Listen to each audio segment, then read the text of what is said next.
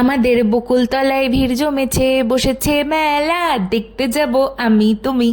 না না, বকুলতলার মেলা না, এটা আমাদের ধাত্রীগ্রাম পোস্ট অফিস মোড়ে ঝাপানের মেলা, ঝাপানতলায় যেটা হয়। আর এটা হচ্ছে মা মনসা পুজোর বিশেষত্ব, এখানে মেলাটা বসে।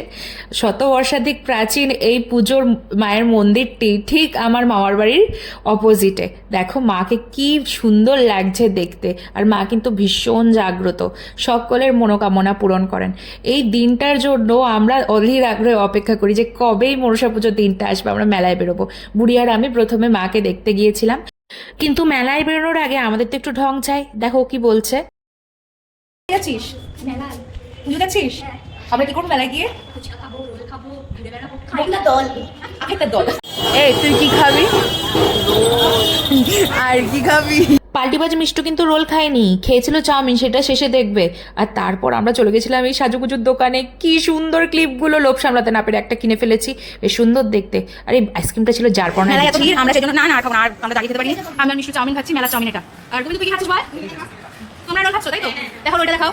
এই তো রোল দেখাচ্ছে, রোল খাচ্ছে অর্ধেক অর্ধেক। কি অবস্থা, একটা গোটা রোল খেতে পারে না। আর আমার বয়ফ্রেন্ড খাচ্ছে মোমো চাটনি দিয়ে। আর আমার এই যে চাউমিনটা আমি এখন কিনবো। আর বুড়ি কি খাবে আমি জানি না, বুড়ি মনে হয় রোল খাবে।